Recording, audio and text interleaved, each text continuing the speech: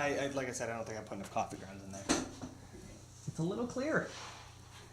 I always think I'm putting enough in, because it just seems like something that shouldn't be too fucking hard, but my dumbass seems to fuck everything up. Can I use the bathroom real quick? Go right ahead. You know where it is, right? Yeah, it's open. You're gonna find your way there. Running back. Cause I ain't your holla back boy. I'm just kidding. I really didn't sing that song to you guys. So sorry.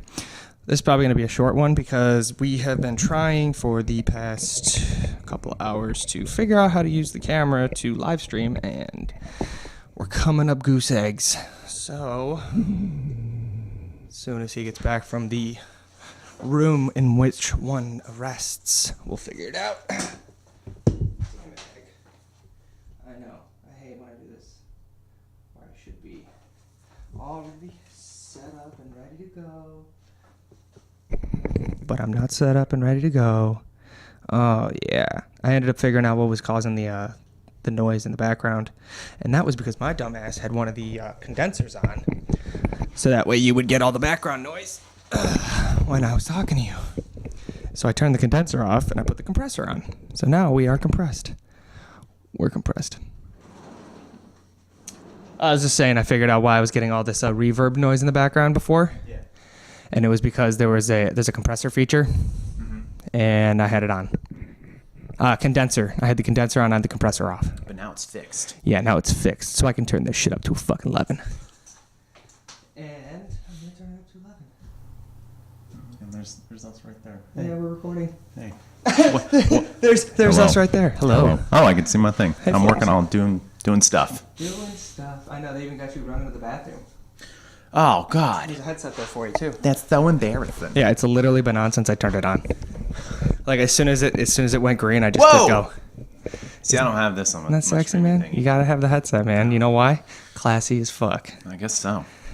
So now I don't know where to do it. Do you want to help yourself to my highly diluted coffee that I stupidly only put 3 scoops in when I know damn well it needs to be 4? Yeah, of course. It's all right. It's mostly creamer that I love. Not so much coffee that I've realized. Help yourself to the creamer. This coffee is so good. I'm trying not to put as much stuff in it just because it's so good. Because this monk fruit makes it taste like monk fruit. The what? Yeah, it's monk fruit. It's better than stevia. Stevia's dog shit. I have stevia. Now I guess I'm Monk imbibing dog shit. Yeah. So how much is that? Too much? No, it's whatever you want. If you would put that much stevia in, you probably put that much monk fruit in. Oh yeah, I love watching you, poor bitch. Oh my God. So this is the shit show. The shit show. We don't say that word. We never. The whole joke is that you never acknowledge the name. Oh. Ignore what I just said. Yeah. This is the Stories Here in Town show presented by Life on Record. Eventually, I'm gonna have like a vinyl that I'll put right in the middle, so that way when the Stories Here in Town is up, you'll see it right there. So it'll always be like one of those giveaways. So then on Friday when we stream Magic or something like that, I can get another vinyl for here because we'll probably use that table for some of the other guys. Yeah. And they'll play over there, and then there'll probably be a game down here if whoever's doing shit, and then we'll be recording a game down here. Cool. Because my goal is with that new. With the thing I'm going to start on Fridays is I want to live stream eventually. And if I have to live stream without using the queue, that's fine. I can get a different camera for that. But because I pride myself, obviously, on my ability to build decent decks for under $20. Yeah. So that's pretty much what I'm going to be doing is presenting a lot of my decks that I've built for under $20. Which is good because, I mean, much like you instructed me on today, like I didn't think that I could build decks for anything less than $1 million. Oh, I love hearing you talk, man. I love hearing you talk. Well, I don't much enjoy my own voice, but if you enjoy it, perfect, awesome. No, fantastic. but it's that same thing. Like everybody online, they pride themselves on their ability to build these amazingly affordable decks and stuff like that. And I can't get my head around it because what do you mean affordable? That's $80. That's $100. That's $120. That's a lot. And that's one of the other things I try to do is my mana base is always less than like $1. Mm-hmm.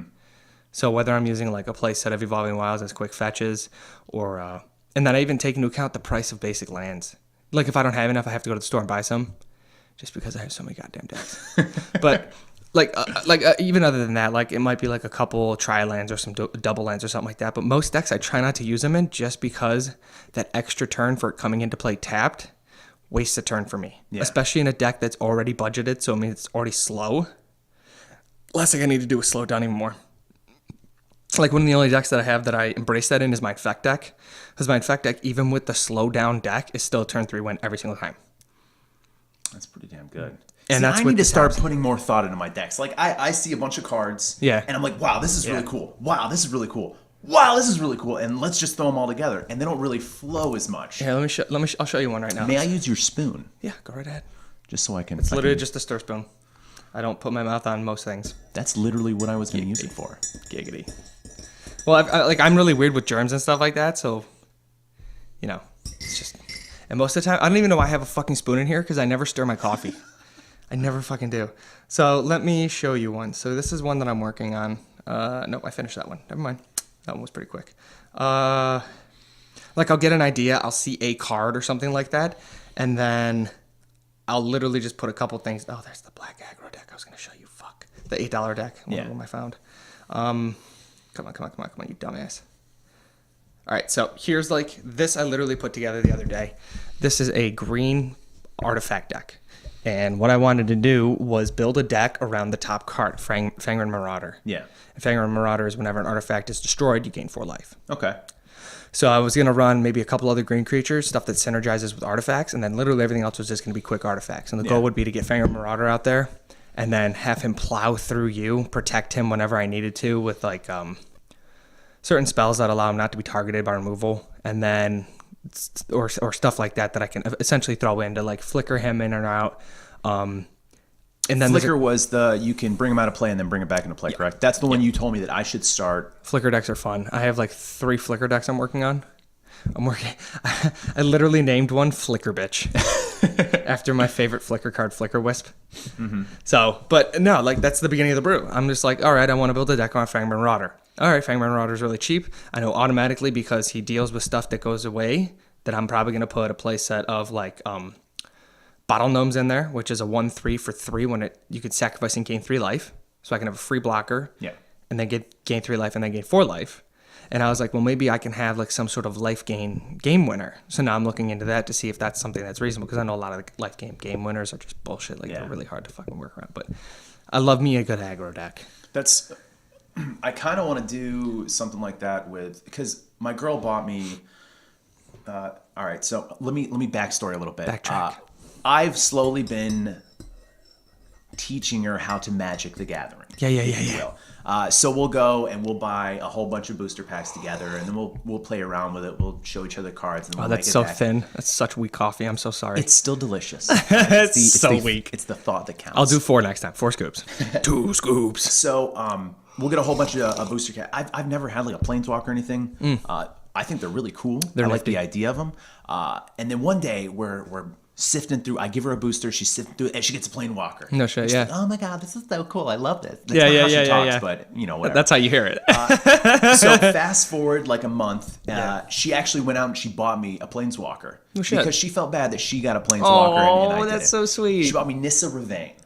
It's pretty fucking sweet. Is that the one that makes the freaking fucking? Is that the one that makes the plant tokens? No. So her abilities are. I am so sorry to everybody who doesn't understand Magic the Gathering, but I love Magic the Gathering, bad. so whatever.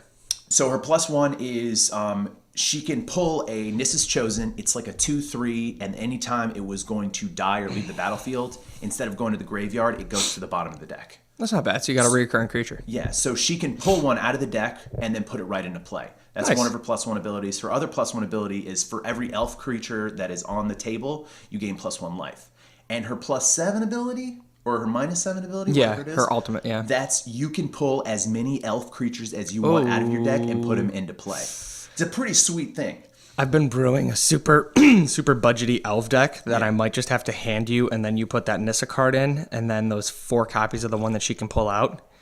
Because there's like this really good elf, other than like obviously Ichor Wellspring. I'm sorry, Elvish Wellspring. I don't fucking remember. Tap, gain X life, or X is the number of elves in play because it's broken as shit. Yeah. But there's 2 different elves. There's a really expensive costing one, so like 3 in a green, and then there's one that's 1 in a green. They literally do the same thing. Target elf gets +X/+0 to the end of turn, where then X is the number of creatures in play. Yeah. You tap this guy. So essentially, you tack through with a bunch of elves. One of them gets through. You tap, and then it gets really fat. Versus the other one is when elves attack, they get +X/+X, where elves is the numbers in play. And that's really but the good. difference in price is insane. The one is like 10 cents. The other one is like $15. I like the 10 cents. That's what I'm saying. So I'll easily forego that just to circumvent that and just deal with I'll only pump one of them.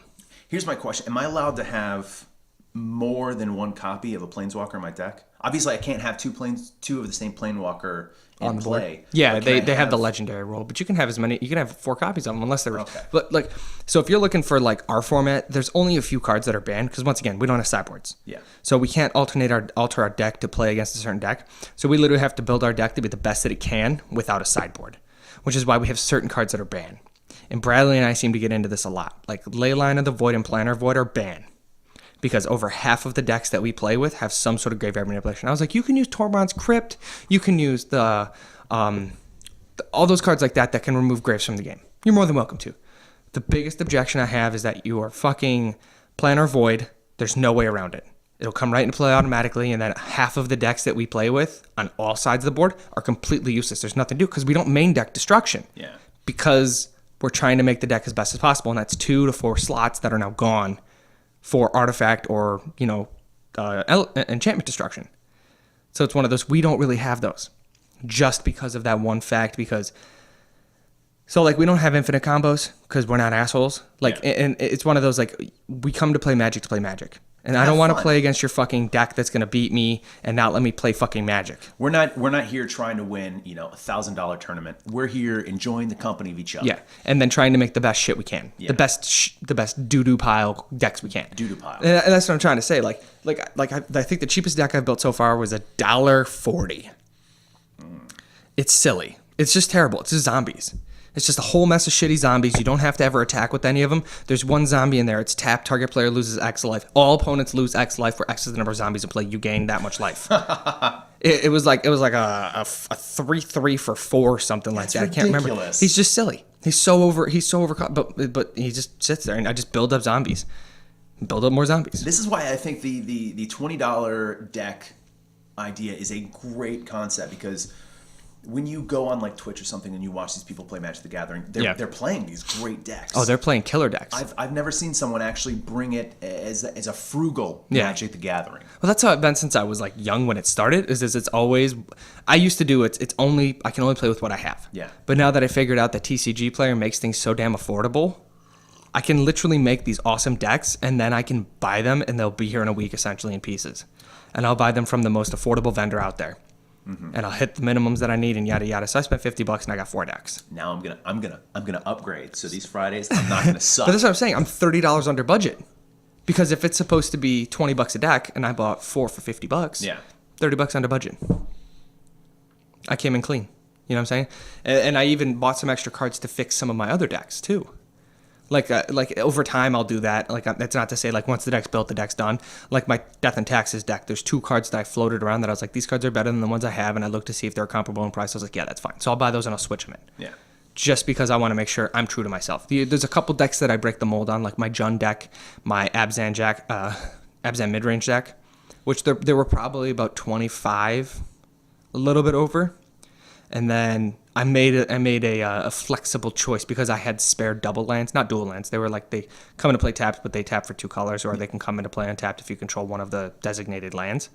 But I had them already, so I didn't have to buy them. So that was my exception. The base deck was under that value, was under $20, but they were just too fucking slow without dual lands. Yeah. So I had the dual lands, and with the dual lands, it probably added another $20. So the whole deck, the Jund was like $40 overall, and then the Abzan midrange deck was still probably like $25. Yeah. But if I took the cards out, the deck would just be the same deck, the Jund deck at least, because the Abzan deck doesn't have it in there. That's a black, white, green. But the Seedrunners and the Thragtusk blew my budget because I have another rule where I try not to buy more than a play set of cards that are over $1. That keeps me honest and that keeps me under the value. Because like I understand that people are going to point out like Peasant and they're going to point out Pauper, which are both very, very popular formats. Pauper is super popular right now. Pauper is only commons. If it has never been printed as a common, you can't use it. And the ban list is like this big. But that's what got me thinking about budget Magic. Was I was like, oh, Pauper, this is so cool. So I was looking at all these decks and I was like I know cards that are, an uncommon or rare that cost the same amount of money and do a way better job. And that's where I was like, I wonder what the average Pauper deck runs. And I'm looking it up and they're all running like there's some that are running between 15, 20, some that are 20 and 30, 30 and 40. I think the most expensive one out there is like $55 or something like that. Might be 60. And I was like, I bet you I can do these for under $20. So I think the first popper deck that I built was, come on, stupid, graveyard. Essentially, the whole point of the deck is to dump my whole library into my graveyard, and then I can make shit from my graveyard. It's not a reanimator deck. It just runs. Like, I run like a ton of spider's nests. I run a life gain card, and then I run a couple creatures that get bigger based on what's in my graveyard. Yeah, so if like a creature has 10 cards in graveyard or a certain amount of different types in the graveyard, you get, bonuses and whatnot, like they can order a pizza for free or something. Yeah. They get that, and then somebody's got to bring it down. Somebody else has to tip. But no, like, so I built that deck, and I think I built it for, originally I built the whole deck for like $14. And then I've made a couple additions to it, like Kessig Wolfrun and stuff. Like Kessig Wolfrun, when that card is out, that fucking game is over. Kessig Wolfrun is 3 and 2 green. It's a 3/4. When he attacks, you put a 2/2 wolf into play attacking for every creature card in your graveyard. Yeah, no, I'm good. I don't want to fight that at all. Oh, he fucking ends games, dude. He's just... See, sorry. this is why it's mind-blowing how I met you at the gym. It's I'm so sorry. I apologize from the bottom of my heart. John Myers, by the way, folks. Oh, hey, what's up? I'm John Myers. So charming. I judged you by the cover, and it was a great-looking cover. Now it's fat. There was no nerdiness on that cover whatsoever. It was like No, because I always get mad. Like, everybody else wears the superhero garb, and it's like, bitch, have you seen my comic book collection? It's huge. Granted, I got most of it from my father, but like, I'm the one who is into superheroes. I'm the one who's always chit-chatting about them. We have the theoretical conversations at the gym about a what-if scenario between two superheroes that will never fucking meet. It was actually my stepdad who introduced me to nerd culture, Star Wars, nerd culture books, and the way he did it was he didn't go like, this is cool, you should do this is awesome. He would just go off in a corner someplace and like pull out a book like Sword of Truth and just start reading it. He'd let me go play video games, do whatever I wanted, but he just read in the corner. Or on like Friday nights, he would invite over his friends. They would play Dungeons and Dragons. Yeah. He wouldn't invite me to do anything. He wouldn't say anything. He would just be there playing it, and that just got me interested. Because you're like, what is he doing? Why is he not interested in what I'm doing? Now, he himself was terrible. I hated him as a stepfather, but he brought some great things in my life. It's so fucked up. You take the shitty portions of what happens, and then you pick out the good parts. Like, I didn't like the way he treated the family. Yeah.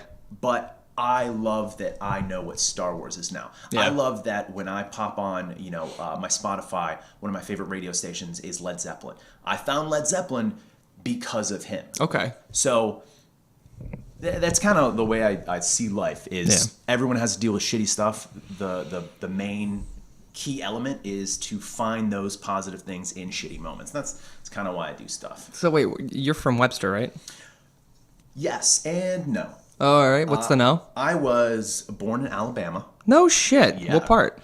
Seal, Alabama. Where's that? It's like an hour south of fucking Auburn. It's like right on the line of Georgia. Man, no one knows where the hell Seal is. It's all about Tuscaloosa. Come on. Oh, I'm not from Tuscaloosa. It's all about Tuscaloosa, bitch.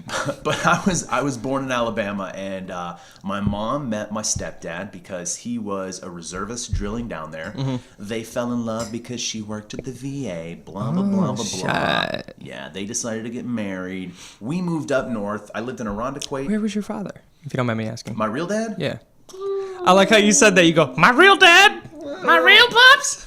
Aside from having the same name as him, I got no idea. No clue. He could be in Indiana. Holy shit. He might be a hitman for the mob. Who knows? You're giving him a lot of rope right now. Who knows? I'm sorry about that. Oh, it's life is life. Yeah. Life is life. But after they met, after my mom and stepdad met, that is, we moved up to New York. I lived in Hellendale Road. Mm-hmm.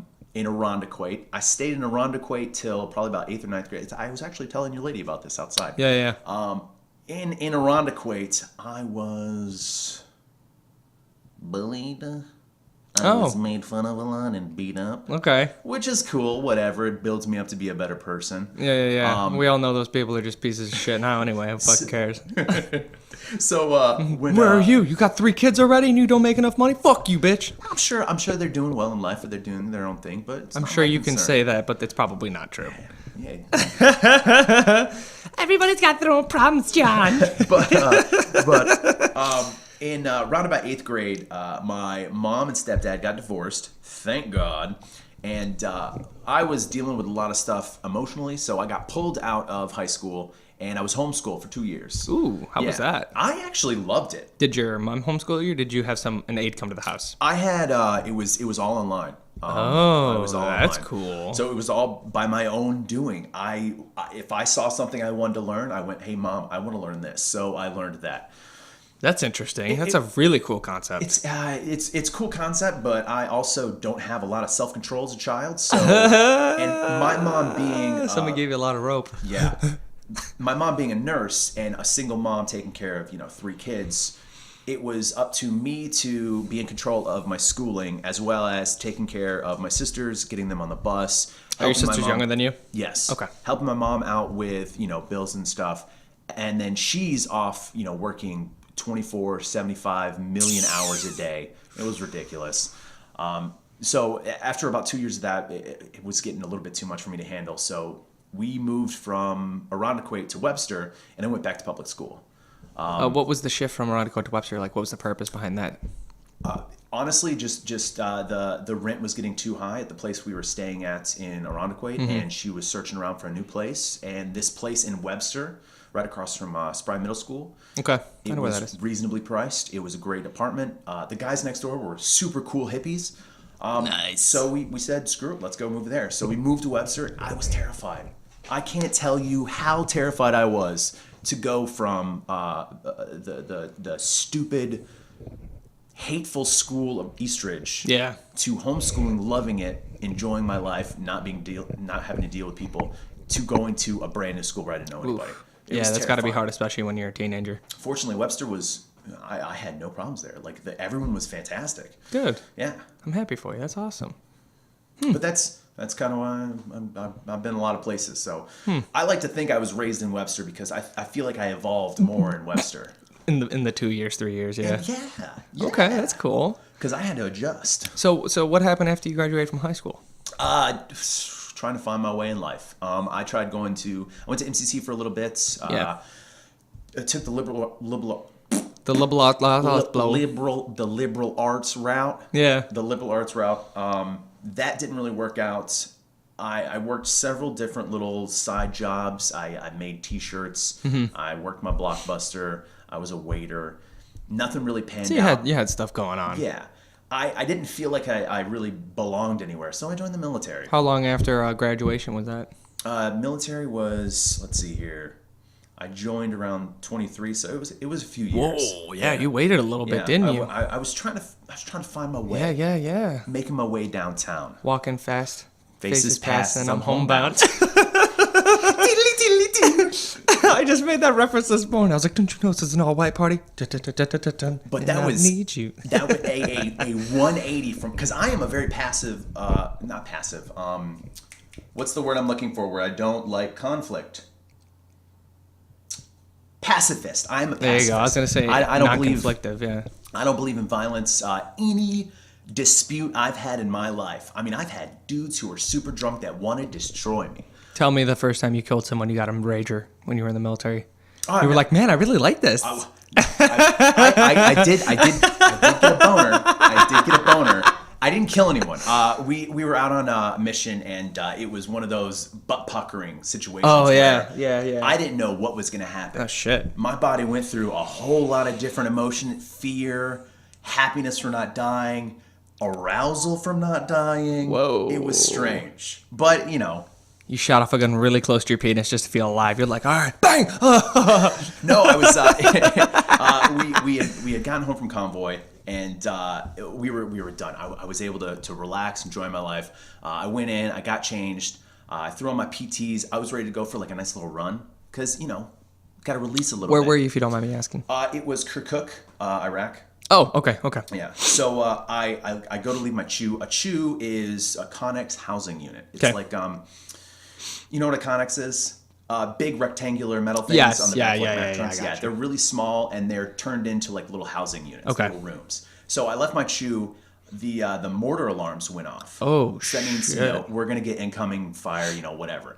Usually mortal alarms go off. No one really gives a crap because the way the terrorists like shoot off bombs, they're not very accurate. So most of the time they go way, way wildly out of place. This time, on the other hand, mortar alarms go off. I'm like, all right, whatever. I'm just going to go for a run. And all I hear is Shit. like a pop nearby. Oh, no. Maybe like 50, 60 meters away, like a mortar round landed. Whoa. But it was a dud. That's where the boner happened. I'm like, I don't know what to do. So I ran to the bunker and I'm like, guys, did you see that shit? Did you see what just happened? Like, what happened? Yeah. It was very weird and odd. Oh, jeez. But that's the entire military experience has been a 180 from who I am as a person. But it was needed because I wasn't very disciplined. Okay. So joined the military. I've done 9 years now. Yeah, 9 years. Yeah, because you're still in. Are you active or are you reserve? Reserve. Yeah. How National long were you Guard. active? Well, I only go active when I deploy. Okay, so I you went in deployed- as reserve then, right? Yes. Okay. Yes, I've always been reserve. I did that because I wanted to stay closer to home. Yeah. And I like the idea that National Guard we go overseas, we deploy. That's great. We don't deploy as much as active duty because active duty are fucking awesome. Yeah. We stay closer to home because when shit happens like here, like when there's a winter storm, when there's a hurricane, I like being able to be here to help out people that are in my immediate vicinity. Which is cool. Yeah. As well as being able to go overseas and see, like I spent 9 months in Qatar. Oh, shit. It's like, oh my God, you deployed to Qatar? Yeah. I was jet skiing on the Persian Gulf. Terrible time, I Whoa. know. Yeah. Whoa. Yeah. That was a fun time. That's crazy. Holy shit. Yeah, so- Did you end up going down when they had the floods recently? I know we were talking about that before, like a couple months ago, during the storms. We only took, it was only a handful of people from upstate New York that actually went down to like Texas to help out. We actually sent a large group of people down to the Virgin Islands to help out down there. So, Oof. That would have been so terrible. Listen, they were sleeping on a freaking cruise ship. Oh, yeah. It could always be so much worse. Oh man! But Always be so much worse. they were working constantly. They were working constantly, but they did get to sleep in some wonderful places. That's one of those things I always find is funny. A lot on the military people that I know, they always bitch and moan about obviously you're telling me these stories right now, which is like, whoa, I didn't realize that they had that. But everybody's always like, but the Air Force guys, they get blah. The Air Force guys do get quite their base in Qatar. It was night and day from ours. Why? We had like a very bare bones setup. Like we had a nice chow hall. We had a great gym workout area. But then if you go down the street a little bit to the Air Force base, they had like arcades and concert halls. I'm exaggerating. They had a fountain. They had a much better setup. Somebody was carving marble. And deservedly so. Air Force, they're more intelligent than we are. Oh, don't say that. We're the grunts. Well, the Marines are the grunts. Army is.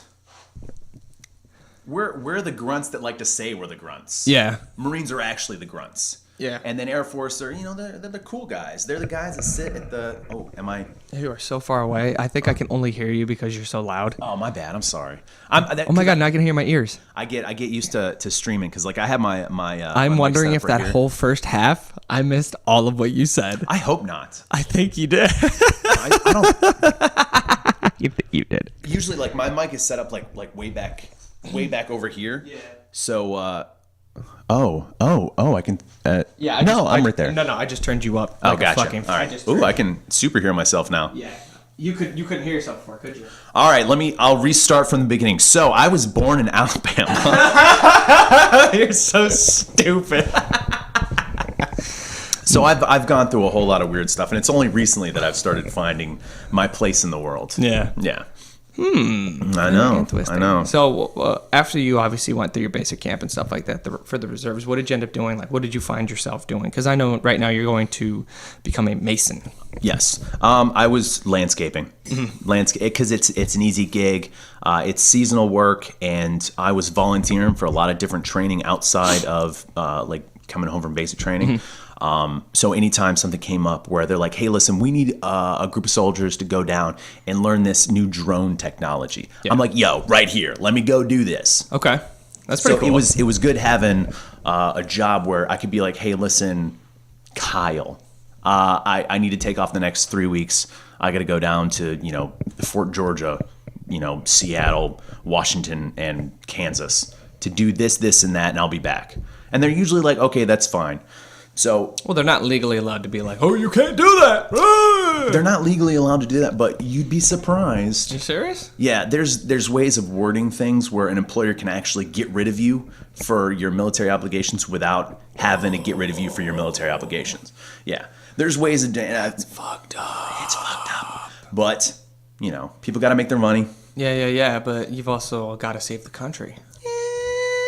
Captain But I get cool uniforms and food. Gonna take pollution down to 0. God, I wish I could do that. If only I could be one of the Captain Planet kids. Oh, the only one you want to be is Hart, because he's the biggest pussy out there. Nah, man, I'd be fire.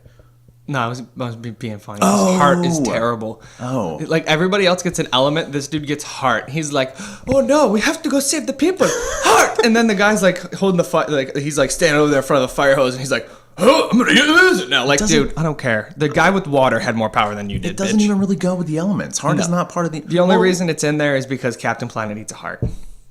Does he really? Probably. Oh. He's a fucking manifestation. No. Oh my God. That makes him organic. That's where Fifth Element got it from. Because what was the last element in Fifth Element? It was love, which is heart. Oh my God, they stole it. Fucking assholes. Oh, who stole from who? You look up when Captain Planet came out the cartoon. I'm pretty sure Fifth Element came out after Captain Planet. Oh, Fifth Element janked the shit out. They juked. Stole it. It stole it. What a bunch of thieves. Oh, that's so fucking rude, Fifth Element. Oh, I really like that movie too. Yeah. Chris Tucker stole that shit. You can still like it. One of my buddies in Florida, I was like, this is you, right? And I sent him the video of Chris Tucker, and he's like doing the singing shit down the hallway. All night long. All night long. All night. I was like, this was you, right? It really is one of Chris Tucker's best roles. And he hated it. Did he really? Yeah, he hated the shit out of that role. There's been a ton of interviews with him. He's like, I hated it. It's not who I am. I'm not that guy. No, I can see him wearing those leartards at home. Oh, fuck yeah. That weird tube on his head. And then he gets real close and like, oh, hey, baby. Yeah, that's one of the best parts. And he comes up on her and she like freaks out. She's like... She's like trembling and shit. She's like, I don't know what to do. Like, imagine having that kind of stardom that people just like piss their pants. They're like, who are you? He was Prince. He was a future Prince. He was a future Chris Tucker Prince. Chris Tucker Prince. So, I'm going to bring this up to you because you probably have really good insight on this. I was thinking about this yesterday because everybody always talks about how they want to be like pirates or ninjas or something like that, right? Yeah. How many people say they want to be pirates or ninjas that actually could become a pirate or a fucking ninja? Probably like 0.0001%. Yeah, I don't think many of them. I don't think. And you ever notice how it's mostly like the super hardcore, unathletic dude who drools on himself when he plays video games, eats just Cheetos and energy drinks all day, and that's what he's fueled on. He's like, I'm the life of a pirate, and it's like, bitch. In real life, if you were on the life of a pirate, you'd probably be somebody's bitch. Yeah. Oh, ninjas? The ninjas want to take you because you know so much about ninja shit, ninja culture. You fucking mook. The Yakuza. It took 15 years to find one of the Yakuza bosses. Apparently, he was just arrested. So there's no way that dude eating Cheetos, hanging out in a basement would have ever been part of the Yakuza. Like, even take it back further to like the knights, where everyone's like, "Oh, I want to be a knight," and then you see the knights, and compared to everybody else, they're like eating for 3, and they're like big, burly, muscular, cocked diesel motherfuckers, and everyone's like, one day I want to be a knight, and the knight just like comes up to you, he's like, all right, kid, and he smacks you on the back, and he shatters your scapula, and you're like, I guess I can't be a knight anymore, sir.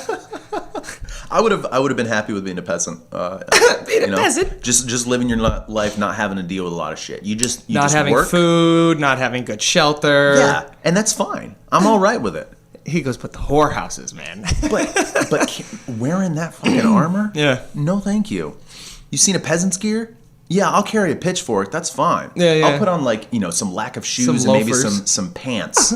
I'm happy with that. Yeah. I don't want to spend all day long wearing this hot metal, walking around. I'm hot metal, shake it and see. But no, that's what I'm saying. Like, everybody's fascinations with the pirates and the ninjas thing, it's just like, you would not have made it one side. I'll admit, I probably wouldn't fucking make it at all. I'd be crying like a little bitch. I'd be like, put me in the mop bucket. Just use me to mop the floor. But like, they're like, oh, I want to be a pirate. You're like, yo, you have a lot of work ahead of you. I was like, look at the Somalian pirates nowadays. I was like, even they don't want to be pirates. Yeah.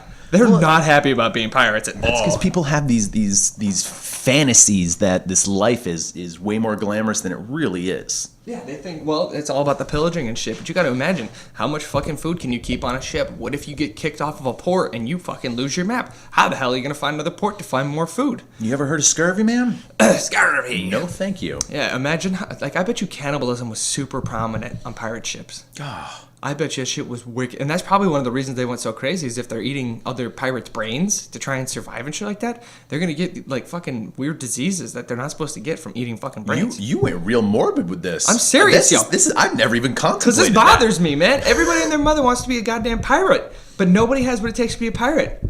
You bring some, like, even just go to, like, Somalian pirate boot camp. I was like, they're probably... Somalian pirate boot camp. It's probably a thing, dude. It's probably a thing. And it's just like, you don't have what it takes. You don't have what it takes, man. Give me the ship. You're like, oh, dude, fuck. Yeah, get away. You got an AK-47? Oh, shit. The only people I think are readily available, like, born ready to be pirates, there's two cultures. The Icelandics and the Russians. Well, yeah. And neither of them want to fucking be pirates. You know why? Because they're too busy being badasses on their own. Because the Russians, yeah, and the fucking Icelandics, like, they don't care. They're like, ooh, there's a ship out there. We're going to throw one of our friends in a cannon and launch them at it. And he's going to blast through the ship foundry. And then he's just going to swim back to shore and be like, okay, have another one. And the ships pass by. They're like, hey, listen, we're going to dock in Russia today. And then the ship's captain's like, no, we're not. Those are Russians. We're not fucking with them. You want to steal from the Russians, you fucking idiot? They drink vodka from birth. I was just going to say, imagine being a pirate and, like, floating up there. And you're just like, all right, we need stuff. And they float over and they see, like, one of the citadels. And they're like, all right, guys, this is the last raid. What do you mean this is the last raid? We're probably all going to die. They get off the ship. Some woman's beating the shit out of a pirate with a fucking cast iron skillet. She's like, I'm just trying to make dinner. That would hurt. Those are heavy skillets. They are. Oh, my God. Have you ever taken care of one? I have one. You have I have one, and I clean it once a week. I think I need to get a new one. Why? Because it gets, like, rusty and stuff, because you're not supposed to wash it with water? You're supposed to wash it with water, not with soap. Oh. Yeah. So here's the easy way for you to fix that right now. Get a new one? You take salt. Put salt in it and you rub salt all over it. Really? Yeah, rub salt all over it, all sides, everything like that. If you need, you can put like a little lemon on it or something like that. But you're grinding the salt into it and it's going to get the rust off. You wash it off with water, okay? You put it face down in an oven at like 350 degrees. You just leave it in there for like an hour. You have such a large knowledge base. Well, and you flip it up and then you just Crisco the bitch. I like that. Let it cool down. So I don't need to spend another like $700 on a skillet. No. Because what I actually do, so once a week I take salt and I just salt it and I have a little scraper and I just put the salt in. I'll put a little water in there so the salt kind of softens up and then I'll grind it in there with my fingers and then I'll take my scraper and I'll just scrape. I just keep scraping and then when I know I've got most of it up, I just beat it out in the sink, take a paper towel, wipe it out, throw it on the stove, heat it up, and then throw a little bit of oil in it. You should also run a how-to program. No one's gonna watch my how-to program. Oh, yes. Because I'm an idiot. I don't know how to do anything. All you got to do is be personable. I don't know how to do anything. Well, personable. Well, this is how you wipe your ass this week. Yo, wiping your ass left-handed when you're a right-handed person is very difficult. Do you listen? I don't want to be gross. This is a man's world. Do you wipe from front to back or back to front? So since I'm wiping left-handed, it's back to front because I can't get my left arm back far enough. Yeah. When it's the other hand, it's always balls to spine. Thank you. I had a friend, he would wipe back to front. I just told you I do right now. I have to. I can't wipe with my right hand. Well, I know, but you're broken. But on it's average, hard because you gotta like pick your stuff up and get it out of the way. Yeah, on average, you do it the normal way. He says that he gets a better clean that way. And I'm like, how deep are you going? Like, what the fuck are you doing? He's like getting one leg up there. But I digress. It's like, do you look at your nails like this or do you look at your nails like this? It's the same thing. Yeah. I like that. That's how guys are supposed to do. Apparently, girls are like. Monica, blah. I don't get it. I look at my nails when I need to. Well, that's like, he just goes. I have some spectacles. He's got old like jewelry cleaning shit. He just slides the nail under there like it's on a bacterial slide. And he takes the little pick and he goes. I have the telescopic lens where you like put down like multiple lenses and lift them up. He's so stupid. I try. Well, I don't try. It comes naturally. Does this one look better, or does this one look better? A or B? Can I see B again? Was it Brian Regan? Yeah, he is. very funny. He's a great comic, and I love it because he's very family friendly. He's so funny. He's so popular without being vulgar. And I think him and John Gaffigan, they're both the same. Jim Gaffigan. Jim Gaffigan. They both do the clean humor stuff. I love that. And when I was in high school at Webster, I was part of the improv team, and we were borderline improv. So Borderline improv. Yes. So you don't cross the line into vulgarity. I loved that because it makes it challenging. Because you can, dick, pussy, shit. You can throw that in anything, and most people are going to find that funny. It's because they don't get to say it in their everyday life. We do. I know. Well, that's what I was just talking with Alex on yesterday. He's like, "Oh, I'm gonna go do stand up one day." I was like, "Oh, you let me know. I'll go with you, man. I'll get it. Just give me 30 days. I'll get a set together so I get fucking booed off stage." It's my sister. I have 3 sisters. I have a youngest, a middle, and then an oldest. No shit. Yeah, crazy. You don't have 3 in a row? I know. They're all the same. But my just middle, a blur. My middle sister Katie, she actually does stand up. No she shit. does stand up comedy. Where? And I think I've seen her do a couple shows at Love and Cup. Oh, cool. And then Boulder. And then she's done a couple shows in she did one in what's that place in Greece? The house, the beer house. It's a bar. The brew house? Brew house, Yeah. yes. She did a show there, and one of the guys from The Office, he apparently is in a band. Yeah. And he did a show, and she opened with her comedy. Oh, that's pretty cool. But she does stand-up, and she has wanted me for so long to do stand-up, but I can't do stand-up. All right, we're putting it on the docket this year. We're going to go do stand-up. It's on the docket already. It's there's It's going to happen by the end of the year. By the end of 2018, we're going to do a set, and we're going to get booed off stage. I work by improv. I work by off the cuff. That's fine. I can't come up with something and review it and go, you know what, this is hilarious. People are going to find this funny. I'm saying this. Yeah, but how do you expect to learn how to do it unless you try to do it? I know, learn by doing. But you can improv stuff. You just have ideas to work on, and then you crowd work. You can do that kind of comedy. I guess that's true. There is crowd work comedy. But it's so... And all right, here's another thing. Here's another little thing. Yeah. One of the reasons why I love improv is it's a group effort. So if I go on stage... You're a team player. And I do my shit, and it's overall terrible and everyone thinks it's horrible, I can just take a step back and go, it wasn't my fault. I did my part. They failed. Yeah. Stand-up is me getting up in front and going, if this sucks, it's because I suck. So you have no accountability. I have none. Well, I have accountability with stand-up. There's no accountability with improv. I still think you need to do it, man. I think you can take some of the stories you have from your military, your childhood, and all the other shit, and you can easily make it relatable. Because that's kind of the funniest humor out there is relatable humor. Yeah. You are a pretty vanilla guy, so people are going to relate to you. Hey, listen, I'm very chocolate. Very chocolate. I am caramel praline. Ooh, I'm going to tear you apart and lick the filling up, man. It's my favorite ice cream. Caramel praline's the best. It's so stupid. I'm filling the docket this year with just a bunch of shit that I need to finally do and get out of the way. The podcast is one, the live streams is one. Now the stand-up comedy's on there again. I will support your stand-up comedy. I will drag you up there. God damn you. I will keep you here all night. We can only keep him here till 4. I will keep you here until 4. Such a funny movie. That's what my girl's doing. She's writing up a list of things that she wants done, and she wants to knock them all out. Like the bikini competition, that was one of her things, her list. How'd she place, by the way? She placed first in tall, and then first overall.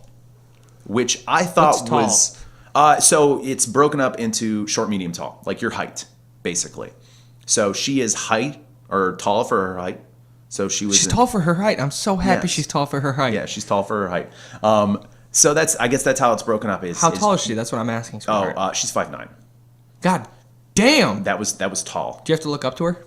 No, we're the same height. We're the same height. What is it? Listen.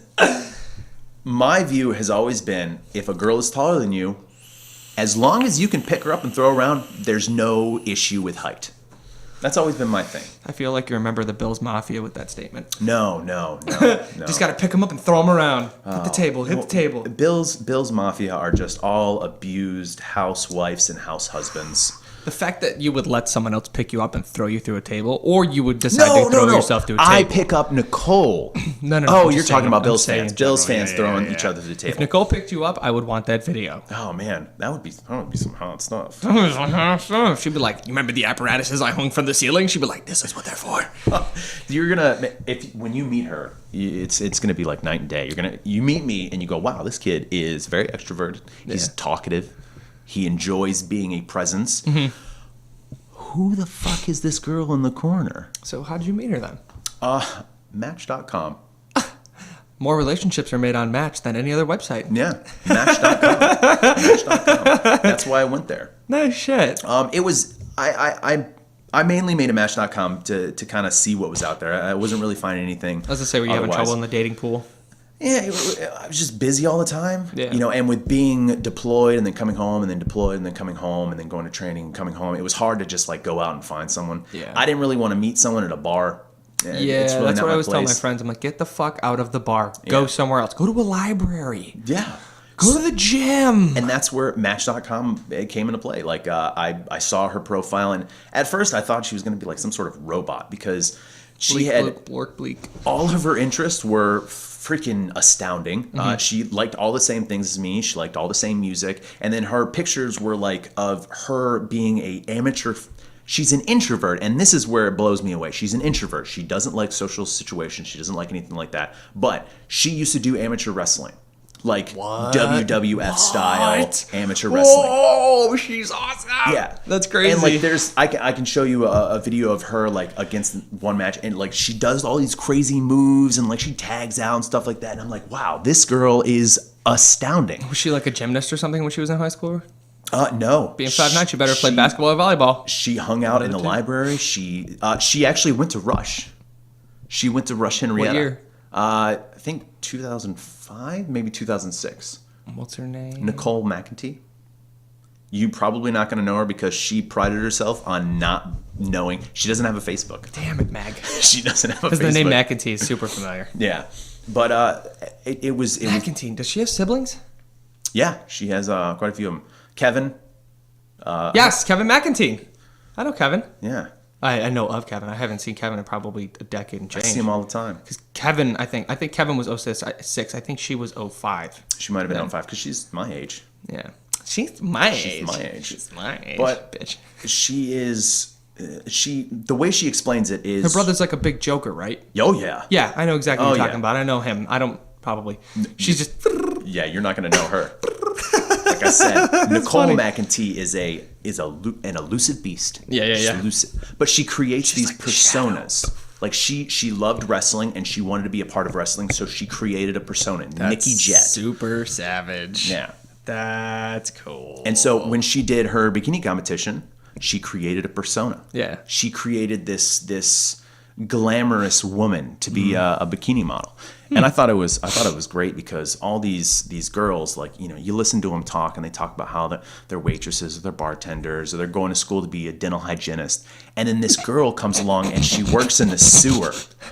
That's right. Your girl does work in the sewer. She works in the sewer. She takes care of your poopies. She takes care of your deuces. She comes in, she wakes up at 4, she goes to the gym, kills at the gym, comes home, spends all day in the sewer, goes back to the gym, does her cardio, come home, and then she gets all dazzed up and then comes in first place in a bikini competition. It blows me away. She'd be like, I clean your poops. Oh, I love this woman. That's so funny. I love it. That's so cool. Man, that's exciting. I love her. She's great. And at what point was she like, well, I guess I'll handle this extrovert? Oh, she's, how do I explain it? I'm a strange brand of extrovert. I can turn it on. I can turn on extrovert. Yeah. But at the same time, I'm also very introverted. Because you're intelligent. That's why. Is that really? Mm-hmm. I'm the same way. Oh. Because I know a lot of people who are like, I don't want to call them dumb, but they're less intelligent, so they don't understand like how their brain works and how their functionalities work, and that you can only turn it on for so long. Yeah. And turn it off for so. Like there's times where my wife will look over and she's like, "Are you okay?" I'm like, "Yeah, I'm fine." She goes, "You're awful quiet." I was like, "I'm enjoying being quiet." It's the yin to the yang. Yeah. You can't run on fucking 8,000 RPM forever. It's very difficult. It is. And then it burns people out. And that's why people turn to drugs or alcohol or shit like that is another way. They're like, this is who I am. Everybody knows this is who I am. This is why I'm so happy that, like, as I've grown older, my friends have stopped going to the bars as much because I don't have to. Like, I love going out with people and I love enjoying their presence. Yeah. But at the same time, I don't want to do that every single day. I don't want to do that every single weekend. Mm-hmm. So I like that now I don't have to come up with an excuse for not going out to the bar. Oh, I just moved out of the state. No, most of my friends, they still go out. I would say probably, who of my friends doesn't go out and party? Yeah, we're friends now. Obviously, oh my God, because of this, we're friends. Oh, shit. It's a thing. Oh. Yeah, no, it's you're good. You're good. Don't worry about it. I have another cord in here. I'm gonna use. This is cool. I'll eventually extend that out. I've just literally brought it down so I can put this more in the middle. Yeah. Because then I have the extra mic and the extra headset. So when I have a second guest, they can both sit over here and talk. So like because you've been on here the first time, the world knows about you. When you come on the next time, there'll probably be another person here. We're just gonna be doing the tack thing. You know, the chit chat thing. The chit chat. I know. I'm sorry about this. I totally fucked my words up right there. But you just edit it out. No, I don't edit shit, dude. I go for fluidity. I edited one podcast and I'll never do it again because that podcast took me almost a week to edit. Oof. Yeah. It does take a lot. Oh, it was an audio only as well. That is. And that's why I was like, fuck this. If you say something on video, bitch, it is on you. Yeah, we're not. Yeah. You can, everything that I say, I don't really care. Yeah. Most people understand when the camera goes on and the mics are up that it's, filter yourself. Yeah. Because I'm not going to filter you. That's all right. Because I'm not going to filter me. Because these are stories here in town. Oh, you're fucking right. They are. So what was that? Well, I was going off on a rant just now. Man, I forgot. Killing it. Damn. Oh, sorry. You were talking about this. You're gonna put it in the center. No. Before that. Oh, rewind fudge. back further. You have a bunch of friends that go out and party, they and all you left still state. do. Like after we leave here on Fridays, 2 of the guys go to the bars. Oh. One of the guys who comes plays Magic. He goes to the bar at least 2 or 3 nights a week. Oh. And he karaoke's twice a week. One of my other friends, he's like, I'm trying to cut drinking back and blah blah blah blah. He still goes out. A bunch of the people who I know who are like who are on the page for the Life on Rrcord page, who I know are active. Yeah, they go out. They do shit. It's. I have very few friends that don't go to the bars and drink. Like I don't want to go to Murphy's. I don't want to go to fucking Empire. If I'm gonna go somewhere, I'm gonna go to a comedy club. I'm gonna go to like Jazz Fest maybe one night. I have a really hard time with like real big crowds. Like I get real uncomfortable with real big crowds. That.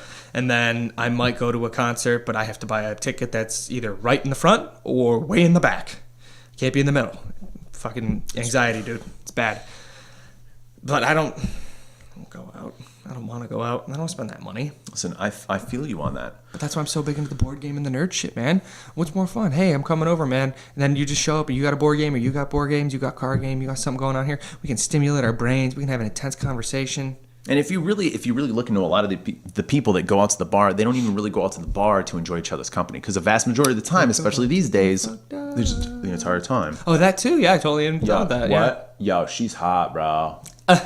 Swipe. It's my spot. This heat spot from the wall. This is me. Don't let anybody take my spot in the wall. But I gotta charge my phone while we're here. When we are here playing like Magic the Gathering, or I'm sure, with the board games, you have to actually be it's either or. It caring about each other. Yeah, it's not even that. It's if your phone's out, put it away. Yeah.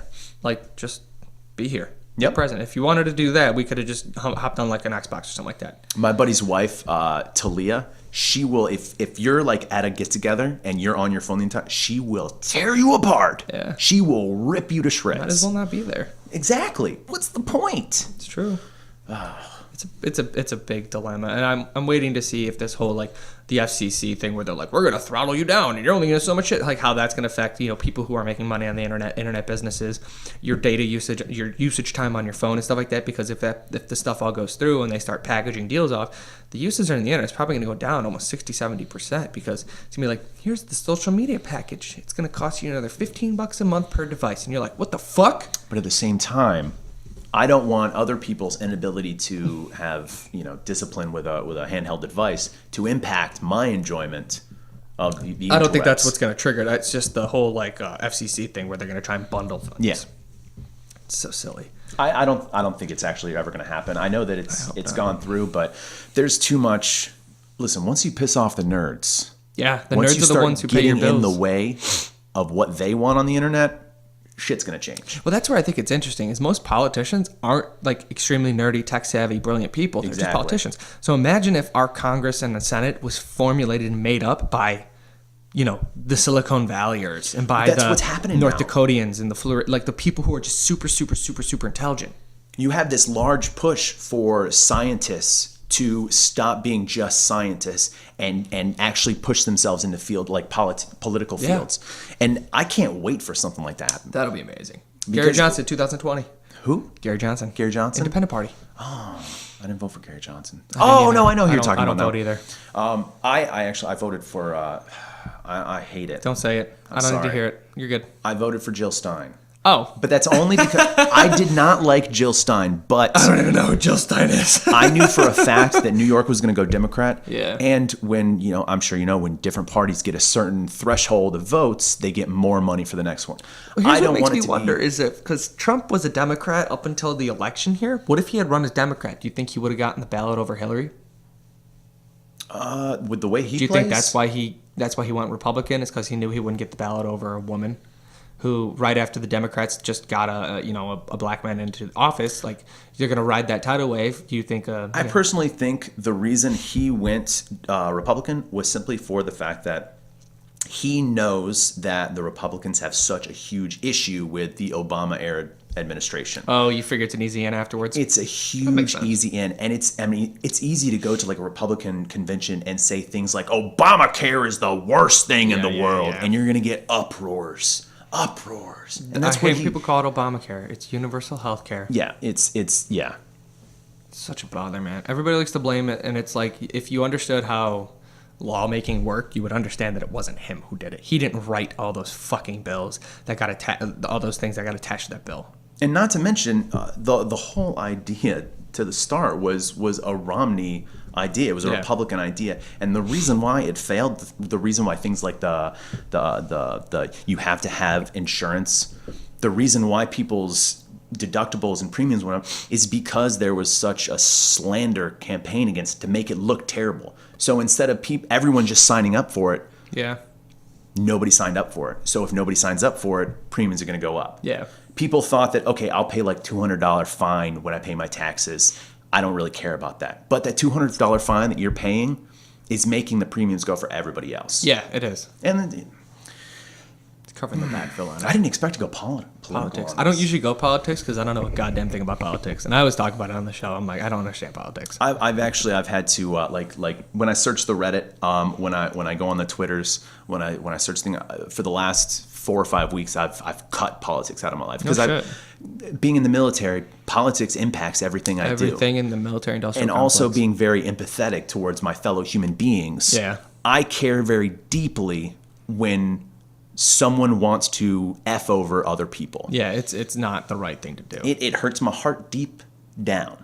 So I cut it out. I focus on the happy things for right now. Well, that's why I like the Independent Party. The Independent Party functions under the guise of being socially liberal but fiscally Republican or conservative, rather. Yeah. And that's more appropriate to what I believe most Americans... Because less than 50% of Americans voted in this past election. Yeah. And the only way you'll get a candidate into like the national conventions or stuff like that for the debates... is by getting votes. I think it's 10%. They need 10% of the votes. Or it might be 50. I think it's 15%. It might be 15. But...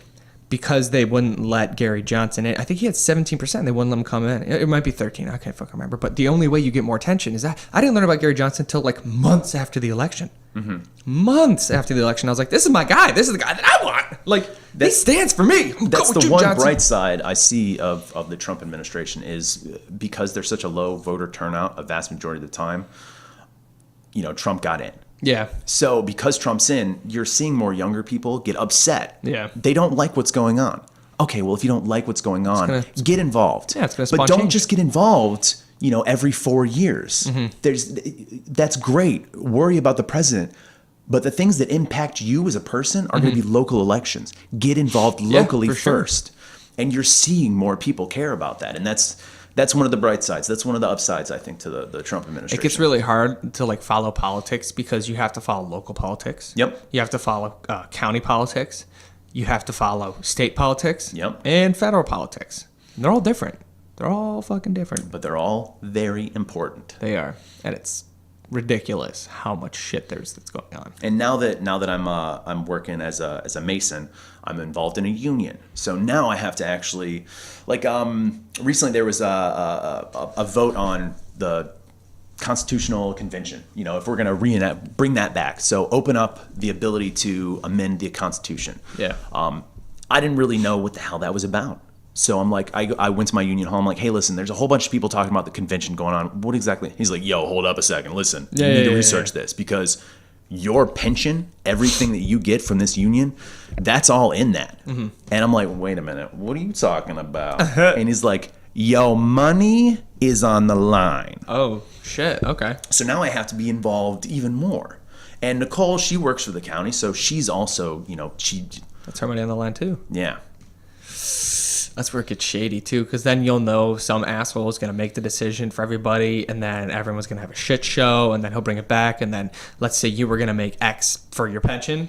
You're not going to make X for your pension anymore. Yep. They're like, oh, you're only going to make X divided by 10 or whatever it is. And you're like, motherfucker. And then he's like, oh, I'm sorry. And then he brings it back up and it looks like it's bigger, but it's still only X divided by 5. So you're like, so I went from my retirement being like, let's say it's like, $500,000. It's $100,000. And now it's back up to like, $200,000. And you're like, he's like, I did good. I brought it back for you folks. Blah, blah, blah. You're like, bitch, do you see how much money you took from me? Like recently, take what you can get, man. Take what you can get. The county hasn't had like a contract for a long time. Yeah. So the union CSEA or whatever brought up this contract. And they're like, yo, listen, look at this contract. This is really good. We're going to improve your pay by like 25%. Whoa, that's huge. Yeah, that is huge. Over the next 10 years. So it's really not bad. It's 2.5% a year. Sounds really good. But sounds really doesn't take into account conditional growth. So they get the contract all passed up. Someone who's really good at math decided to add everything up. Turns out, yeah, they increased that. All right, I get 2.5% every year increased, but then they go and increase how much they're taking out for insurance, for dental, for health, et cetera, et cetera. So you make less, and you don't really get any benefits from it. And on top of that, they just add more responsibilities to county workers. Well, that's like my wife's gotten 2 raises in the past, I think, year from her company, and she brings home barely more. And she got significant raises to the point where it's like, oh, that'll make a deep impact on things. And it doesn't, because she's only bringing home like pennies more, dollars more. And it's like, where the hell's the rest of that money gone? Then you look and it's like, oh, you're now in a new tax bracket because you just hopped over one. Like, what the fuck just happened? How is that fine? You bust your ass to make your life better, and then a lot of the times people just rip the rug right under your feet, and it's obnoxious. Well, it's like any job that functions on commission. Commission's taxed at 50% because it's considered a gift tax. Yeah. In most companies, it's between 40 and 50%. Damn. Yeah. So the nice thing is at the end of the year when you file your taxes, you can get a huge chunk of that back. But up front, you're now functioning on less. And if you hit a certain tax bracket, you'll get even less back on your commissions from your fucking tax returns because you're in a different tax bracket now. If only I was born into wealth. Oh, don't be like that because you wouldn't be the same man you are now. You're right. You're damn right. You wouldn't be a sweetie now. I wish I was given wealth. You see, I wish I was given wealth. The $450 million lotto. I saw that. A 20-year-old won it. He says like all this stuff like, oh, I'm going to use this money to take care of my family and all this. I'm like, bro, your family is about to get real large. Yeah. Like, oh, huge. Could you imagine that $450 million? Well, like $225 million. By the end of all the taxes. Could you imagine having that much money at 20? Yeah. That kid's probably going to be dead from coke in an hour. Well, remember, there's also those different ways you can get it. You can get it in a lump sum. Oh, or annual. Annual, you get, I think, 100% of it if you get it annually. Mm-mm. No, because it still gets taxed. Oh, I guess that's true. So like this is the way that I've heard it. I might be wrong. I might be right. So you win $100 million, and you're like, all right, I'm going to take the lump sum right now. They're like, okay, we're going to take 40% of that, so you're going to get 60% up front. You're like, cool. And they go, here's the check. And the check's for half of that. Yep. So it's not for 60%, it's for 30%. They go, well, it's a gift tax. So you can file for it at the end of the year, but you have one chance to get it back right there. If the most amount you'll get is during that tax bracket season of that, 30%, So you're losing 40 up front, and then you're losing half of 60. So that extra 30%, there's only one time that you're going to get that money back. Okay. Now, a lot of people argue for that one because money is only worth so much now, and as inflation works, it's going to be worth less and less and less and less and less. But I think the other way is that it's over like 20 or 30 years. So you're going to get 50% of it. It might be 60% of it. But you don't get the gift tax. You get the gift tax every time. Oh, even then? You get it every single time. Oh, my God. But you'll get different write-offs every year, and you'll have a chance, depending on how the government's working and things like that, to get more or less back on your taxes. So I would definitely take the annual then. Yeah, not to mention you're not going to fucking blow it all in one sitting. Have you seen those fucking specials about those people who won like twice and they're dirt poor again? You're like, what the fuck did you do, like, stupid? Maybe it's because I've deployed. So you deploy and then you pretty much come home with a large chunk of cash. Yeah. So I've kind of learned how to not blow my load, if you will. But the other thing that I'd be worried about is regardless of winning the lottery, how do you continue living your life, the way that you want to with, what am I trying to say? When people know that you have all this money. So I thought about that, okay? Because I was asked the question yesterday. I was asked, what would you do right now if you had $50 million? What would you do? I was like, I'd podcast, I would make my board games, I would do my invention, I'd go to the gym. Yeah. He's like, is that it? I was like, yeah. And my goal would just be to like improve on what I'm doing and become better. I was like, I wouldn't become like stale. I wouldn't buy a goddamn yacht. I wouldn't buy fucking, Hummer limousine. I wouldn't buy like 50,000 goddamn like Ferraris or something like that. I might buy a couple cars that I've wanted for a long time, but I'm not going to buy $100,000 cars. I'm going to import a GTR R32 from Japan for like 20 grand. And I'm going to store it somewhere. And then I'll have a bunch of cars. And that's what I'll do. I'll fix up the rest of my house the way it needs to. And then the rest of that money is just going to be me. What do I want? I'm not really worried about shit anymore. Yeah. And that's what it is. It's not like I have all these heavy needs that I'm going to be like, well, I got to buy this. I got to buy that. I got to buy this. It's, okay, we need groceries this week. I buy the groceries. Who gives a fuck? I need a new belt for the gym. I buy a new belt for the gym. Who gives a fuck? Like, I'm not worried anymore. And then all of a sudden, I can do the things that I want to do more. Yeah. So I don't become an asshole, and I don't become this embellishing cunt, for lack of a better word. I just become the me who does the things that I want to do, and the things that I want to do are the hobbies that I do. But so I thought about that whole, like, let's say you win a giant settlement of lottery. Because even if you win $1 million, people can be like, hey, man, what's going on? What you do is you take your winnings, you take the one-time payout, and you throw it right into an investment account. Something you can't touch for a year. Or two. If you're fucking ballsy, like a high risk, a high interest CD or something like that.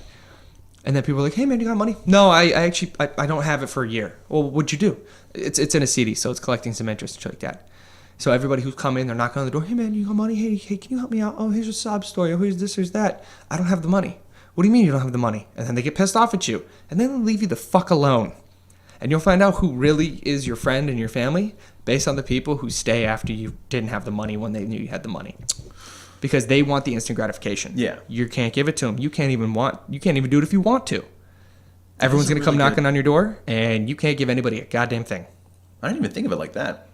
And then when the year comes up, how many people are going to remember? Almost none. They're going to be so pissed. They're going to be like, yeah, that fucking asshole, he's got all that money, and he couldn't help me out with this one thing. I just need one thing. I owed this guy like 10 grand. He couldn't help me out with this one thing. And they forget about you. A year is a long time. Yeah, that's true. It is a long time. But it also gives you time to make sure you don't spend it like a fucking mook.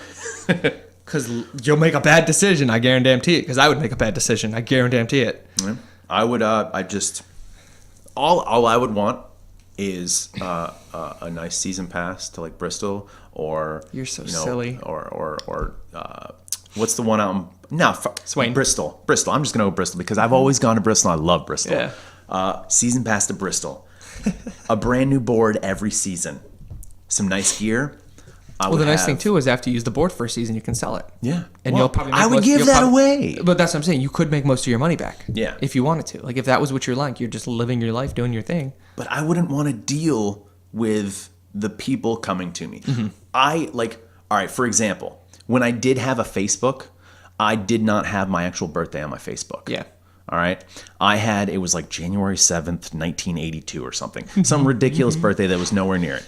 And every single year, all right, I would change it to a different year. You're so silly. And every single year, people would send me happy birthdays on that day. I have maybe 3 people. Your on this day has to be hilarious. That's so good. Oh my God. I don't feel so bad about what I do to people on their birthday. If I don't want to be friends with you on Facebook, I just delete you on your birthday. Happy birthday. That's fine. I think I've only had 3 people total who actually, like, on February 19th, 1986, that's when my actual birthday is. Yeah. So every year on February 19th, I have my buddy Adam Woods, Brandon Isaac, and a couple other people. They send me messages. They go, yo, happy birthday. Adam Woods, I forgive him because his birthday is February 20th. So there's really no reason for him not to know that my birthday was the day before his.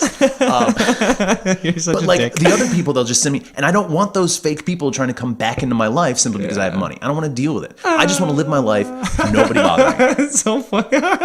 It's one of the greatest pranks. It's so deep. Well, it's a good way to tell, like, you know, okay, these people only really care about what's on Facebook. Yeah. These people actually care about you. It's where you were talking about where you try and who's real and who's not. Yeah. My idea, though, was if I were to ever win the lottery, I would go to like a financial investing firm or something and like see if there's a way that I could create like an LLC or something under like a pseudonym. Mm-hmm. A pseudonym? Pseudonym, yeah. Yeah, like a fake name? Yeah. Yeah, that's a pseudonym. a pseudonym. Like It's an actually LLC company that then turns in the lottery ticket and accepts the money for the LLC. No, because you have to be the one. Damn it. It's your binding. Damn it. And I'm sure I can't wear like I do have a really like John Myers. It's a very common name. John Hancock Myers. John Hancock? No, it's John Thomas Myers. John Thomas Myers. Or John Tiberius Myers. John Tiberius Myers. John Stimulate Manono Myers. Stimulate John Stims Myers. But, damn it. Just wear like a fake mustache and get some contacts. Going with like some big. You fucking know that there's somebody sitting in the parking lot of that exact gas station. Oh, jeez. Where are you getting your gas at? the gas station, apparently. No, there's some asshole sitting out in front of that gas station. I almost said it again. Waiting for somebody, and they're like, I've got his mug shot, and they're waiting, and that's like, your job for the next 3 weeks is to wait for this cocksucker to come in here and cash that check. You gotta cash that, and then they wait because you have to go back to that one that you bought it at. Yep. Because I think the place that you buy it also. Yeah, they get a cut or something. They get a cut. I think I fucked up too. Uh-oh. No, this is me. Okay, I think I'm good. I just talk and I breathe so heavy that I crack the mic all the time. So like when I get it just cracks the mic. So like there's probably somebody who's sitting. So you like come and you see some guy with a giant brown trench coat and a brown hat and then a big fake mustache and bottle frame glasses, and you're like, that's a costume. And they're like, sir, what's it like? How's your life gonna be now that it's different because you won the $400 million? Fortunately, I know a couple words in French, so I'll just resort to that. Le poisson nage. Je m'appelle Willow. Je bois du café.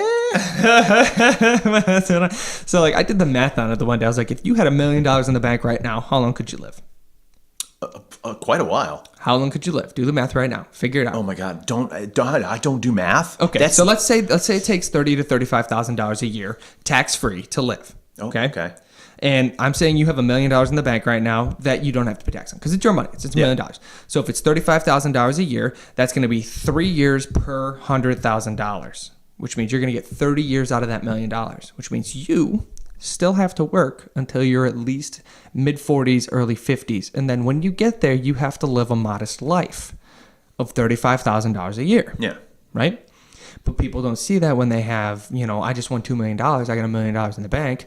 I buy a $100,000 house. I buy, a $50,000 car.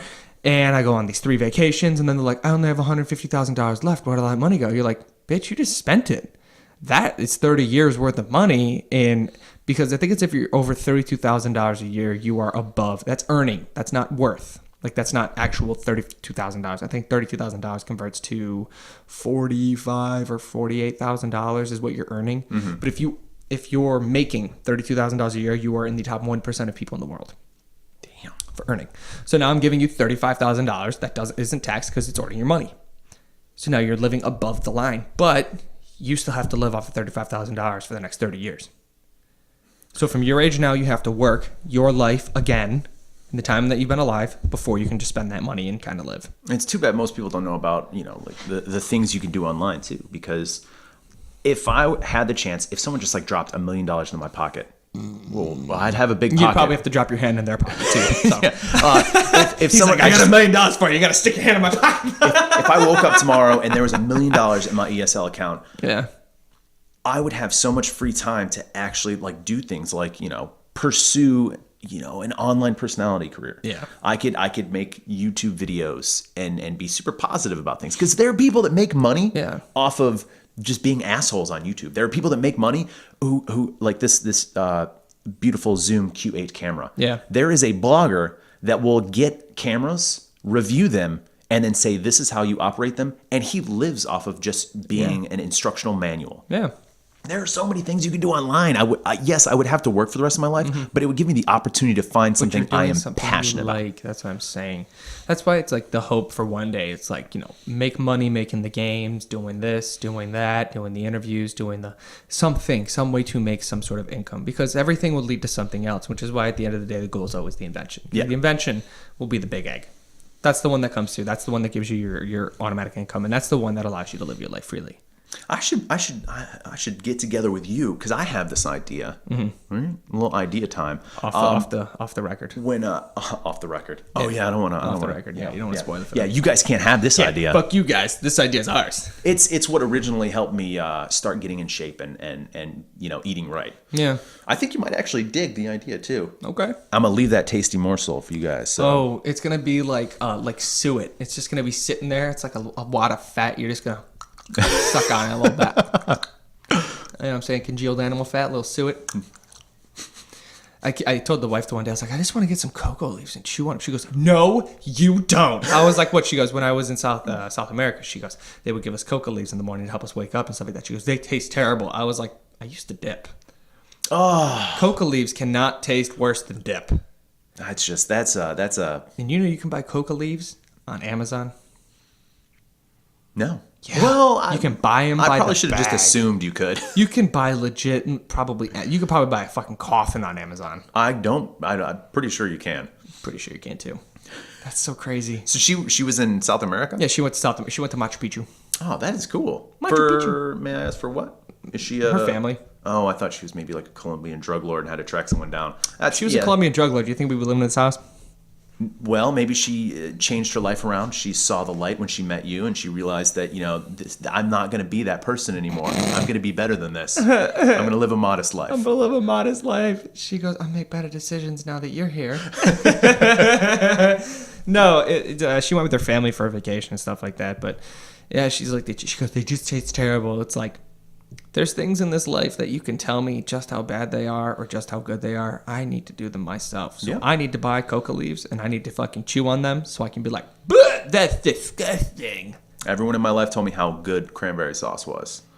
And I had to try it for myself, and it is disgusting. Well, there's cranberry sauce, and then there's cranberry jam, or it's the congealed nonsense that everyone loves. There's the one that's the uniform color that comes out of the can that looks like it was frozen, like the frozen juice mix, and then there's the one that has like the mash of berries in it. See, it just reminds me. All right, you know how like you make a chicken. All right. Oh, trust me. Yeah, it's a special hug when a rooster loves a chicken. Oh, yeah. Okay. Yeah. All right. I opened myself up to that. When you make a chicken and then you don't drain it properly, and then it gets cold, and then that gel forms. Goo? That's what cranberry sauce is. You know what the goo is, right? It's fat. It's plasma leaking out of it. Is it really? Yeah, it's more like blood disgusting. manual. So like when they freeze and they thaw, that's how you can always tell when you have a really fresh one. My brother-in-law actually showed me this. He goes, when you go to the store and you look at them, he goes, if they have a ton of fluid, he goes, it means it was frozen for a long time. Or it was flash frozen to begin with. Or something like that. He said if the less fluid in there means it wasn't really frozen very much, or it wasn't fully frozen. He said that's the one you want. But yeah, no, I get what you're saying with the goo. The goo's disgusting. Yeah. It's just filth. It just slimes out of there. You know, if you throw that into a skillet, you can cook it and eat it. Because it's technically plasma. That is just... It's probably what they use to make those pancake arts. I'm skipping lunch today. I'm skipping lunch. Making the turn. Speaking of chickens, Speaking of turds. Iraq has some great fucking chicken. Do they? Yeah, because they will cut they have right there in front of you. Yeah. Like, which chicken do you want? Is that how they get the I don't really know if that was a Iraq accent. I'm terrible with accents. I can do like British and that's about it. But he's, which one do you want? I want that one right there. Okay. He picks it up, cuts the head off, skins it, fries it up for you right there. And it's real chicken. Real chicken. That's crazy. Oh, man, it was a great place. You want the claws? Here's the claws. Have the claws. Yeah, man. Hang those dashboard right there. Right, the convoy. Right there. Ding, ding. Don't throw up gang signs. That's so funny. I sometimes I miss the place. Yeah. But it was very stressful. But man, the people were cool.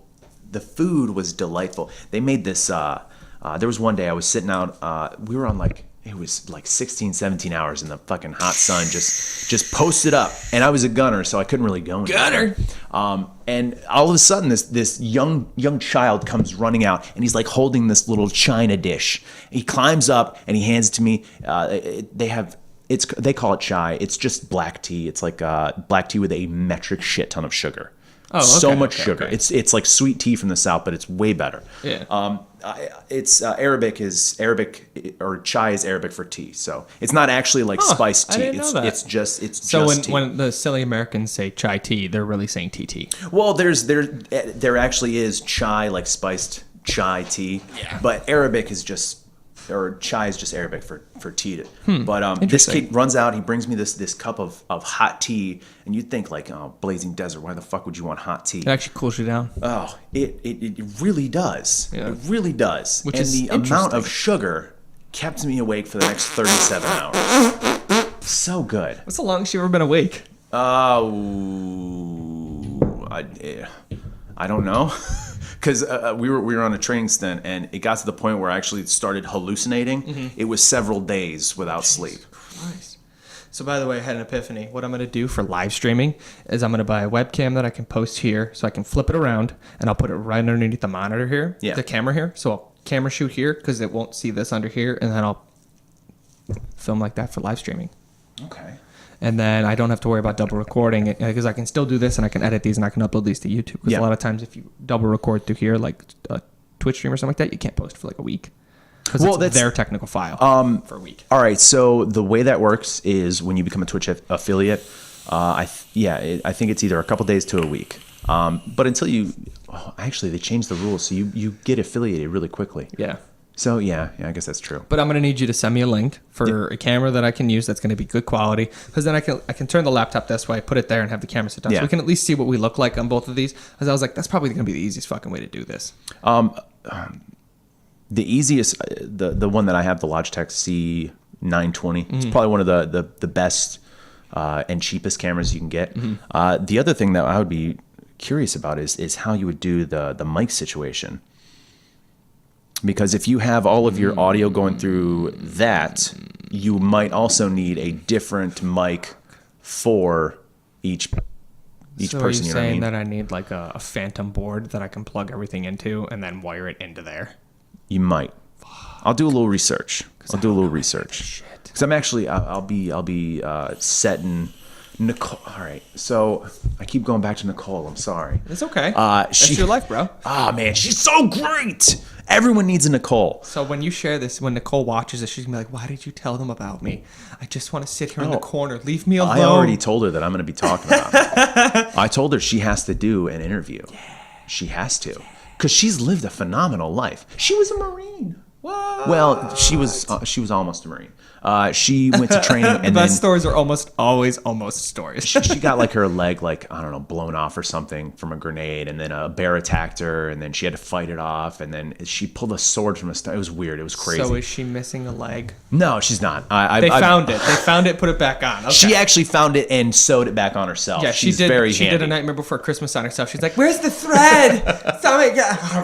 Give me the thread, bitch." But she wants to. So she's working on a blog right now, and she also wants to invent a persona because she wants to keep exploring this extrovert kind of thing. So she wants to start streaming a little bit. She wants to watch that because that's borderline personality right there. She might split on you, dog. Yo, I loved that movie. Split. It was good. That ending was incredible. And the cool thing was, this is why I don't want original ideas to go away, because you're referring to the M. Night Shyamalan film, right? Yeah. Yo, that's what I thought you were. I just wanted to get amped up. Yeah. Fucking M. Night Shyamalan ding dong. His acting was, oh my God, McAvoy was astounding. McAvoy in that, McAvoy, Xavier, and McAvoy in Wanted. Fuck. God, get out of here. How is that dude that good? How was he able to embody, like, and those were very different people. He was, what, 6 personalities plus the one at the end? Like, get the fuck out of here. That was incredible to me. He did so. It's like when you do, like, when you're first coming up as an actor or something like that, you do the audition and you have to do it under like 6 different devices or something like that. Yeah. That's what he was. He just did 6 different people. Oh, it's crazy. Incredible. I'm glad someone else appreciates that movie. Yo, as much as it was legit. When I went to go see it in theater, there were people complaining around me about it. Well, you know that's connected to Unbreakable, right? Oh, yeah, I know. Boom! Like, when I saw it, you know, I had my because Unbreakable I also loved. I thought it was a great kind of spin on the whole superhero thing. So when I saw the first poster for Split, I'm like, wow, that looks really familiar to me. Yeah, it does. And it didn't really click until that ending. And then I'm like, oh my God, the Split poster is almost it. Like, if you line the two up, they look like they're from the same image. The nice thing too is they make references to Bruce Willis's character in that movie. Like when the guy talks about his dad leaving flowers at like the train station or something. Mm-hmm. A lot of people are talking about how that train station that was the train that crashed. Mm-hmm. But that's the one that Sam Jackson crashed. That's an original idea. Like, why do we have to remake all of this garbage that's already been done? So true. Like, all right, Beauty and the Beast. Okay, we get it. Emma Watson, 6 times, you're very beautiful. Times, 300,000 times. But you did nothing new in that movie. Yeah. All you did was, now when I go to Spotify and I'm trying to sing Belle in my car, I get your goddamn version. That's all they did with that movie. I hate you so much. I'm laying the truth on the line here. Face is past. He goes, now when I sing Belle in the car. and it's complete. All right, I get it. All right. They finally explained how Belle got Beast back to the castle. In what sequence? When he gets his ass beat by or when he fights Gaston outside or some shit? When he fights the wolves in the original cartoon. The wolves, holy shit. Yeah, in the original cartoon. Yeah, there's no way that 110-pound girl is going to drag that 300-pound mass. But they didn't explain that in the cartoon. They just magically appeared back at the castle. Well, there's a fucking magic rose in that movie. Of course they're going to use magic. But there's talking clocks and silverware that spins and shit. That's the point. Like, that's the only new thing they added to it. Tell me the couch came out and picked him up. Oh, God. That would have been the smart idea. That would have been the good idea. Maybe they're not allowed to leave the humble abode. So wait, how do they get their power then? How are they enchanted? Oh, the witch. So they got enchanted when he got enchanted. Yeah, like, cursed. I'm not gonna lie to you. That's a pretty shitty fucking spell. Like, she could have been. She shotgun techniqued it. She was just hoping something would stick at that point because she's like, all right, you can become a fucking blood killing machine, Alakazam, and her arms just go flailing, and then everyone's like, I'm now a teacup. Like, yo, you did some serious psychological damage here. You could have just put it on the one person you wanted to put it on, but instead you put it on everyone around him. And maybe that was part of the torture. Maybe that's what it was. She was like, I'm going to punish you for your shit, so you're now going to be this, and everybody you love and know. Because the way it was is he as a person was very vain. He cared about his looks. Yeah. So she turned him into a beast because he's no longer attractive. I'm not gonna lie to you. He was pretty dapper as the Beast. He was. I thought so as well. They could have made him. She could have just made him fucking ugly. Could you imagine how much that dude could squat at the gym? Please. Yeah. He's deadlifting for reps up in the castle. He's like, I'm gonna find me a woman. Exactly. But he treated everyone Smashing else into the cobblestone floors. Boom.